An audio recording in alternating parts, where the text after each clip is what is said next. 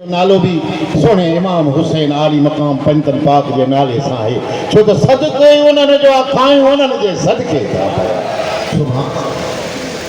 पानी भी शरबत भी जूस भी सबील हज़रत इमाम हुसैन अलैहिस्सलाम जे खिदमतगारनि जे तरफ़ां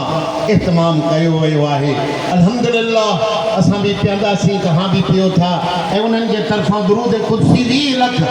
यानी खिदमत सां गॾु वरी हे रूहानी खिदमत भी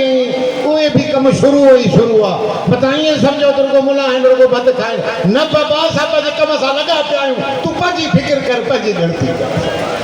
सुभान अल्लाह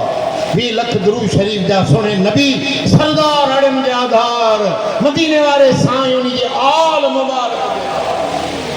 दुरूदन जी बरकतन सां निराए करम दुनिया में आखिरत कब्र हशर में फकीरन दे आहे कब्र में साणी सकरात में साणी हशर में साणी जन्नत में साणी मुर्शिद उन्हनि जो उन्हनि सां गॾु सुभान ज़िक्र शरीफ नफीस बात 5 लख तबार सगोरी 100 भेरा यासीन सगोरी 3 भेरा कुरान शजा खत्म 2 भेरा सबील इमाम हुसैन जे खिदमतगारन जे तरफों ऐं ही बियो आहे दुरूद 50 लख अल्हम्दुलिल्लाह हिकड़ो ही दुरूद अलाई काथे तो वनी जन्नत में कढे हेत वजी धिके वजी साईं सां वनी मिलाए तो इंशाअल्लाह ताला पाण फरमाई त हदीस मुबारक आहे अरबी लफ्ज़ नथा अचनि सिंधी लफ्ज़ इहे आहिनि पाण फरमाइनि त क़यामत जे ॾींहुं मूंखे ज़ोर वेझा उहे माण्हू हूंदा जेके दुनिया में दुनिया जहान में मूं ते कसरत सां दुरूद पढ़ण वारा हूंदा सुभान अल्लाह ईअं फरमाइनि हा कसरत सां क़ुरान जा ख़तमा कढण वारा हूंदा कसरत सां नफ़िल पढ़ण वारा हूंदा ईअं बि त फरमाए सघनि था न मालिकान जेको वणे सो फरमाए सदको वञास असांजा कम ठाहे छॾिया पाण फरमायो त जेके क़यामत जे ॾींहुं मूंसां ज़ोर वेझा हूंदा फ़कीर अदब जो ख़्यालु करिणो पवंदो कुझु शर्तनि उहे बजा आणणा पवंदा मुंहिंजा सोणा इंशाअल्लाह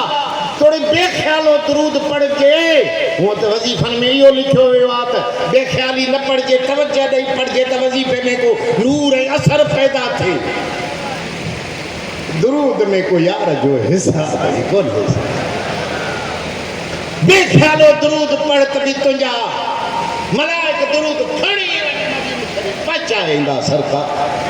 तोखे कब्र में भी दुरूद कम ईंदो त क़यामत ॾाढ़े कम जमात कासबिया कोठ अली मुराद बारेके जे तरफों कोस्तान वारा अल्लाह उन्हनि जूं ज़मीनूं उन्हनि जा घरड़ा पंज रहमत वारे मींहं सां सदाईं आबाद करे दिलियूं भी आबाद हुजनि 50 लख जो दुरूद शरीफ जो नज़रानो ॿिनी जहाननि जे सरदार जे हवाले अब्दुल अजीज भट्टी के तरफों दुरूद कुदसी 35,000 दफ़ा है ऐं ज़िक्र शरीफ 5,000 सरा शरीफ ऐं यासीन सूरत रहमान ई भी साईं जन के हवाले उन्हनि जे हथारों तमामु मोमिन